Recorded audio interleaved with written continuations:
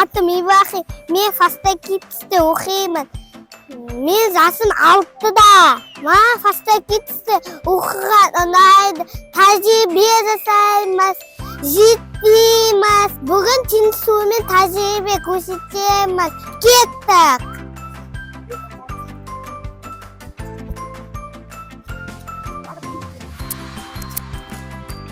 Мен тәжірибе жасау үшін Каспий теңізіне суға барамын.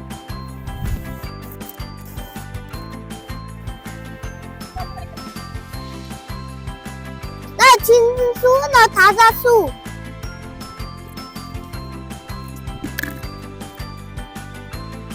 Екі суға жұмыртқаны саламын. Ол Каспий теңіздің тұзды суы. Ал бұл таза су. Вау, жұмыртқа батқан жоқ. Жұмыртқа батып кетті. Тұзды суда жұмыртқа батпайды. Тұзды суда жұмыртқа жүзіп кетті. Себебі тұзды суға күш береді. Ол тығыз болады. Каспий теңізі тұзды болғанда біз онай жүземіз. Себебі ол тұзды және тығыз. Мен бұны фастакит сабағында білдім. О, сиқыр сақты, я? Шынайында о ғам.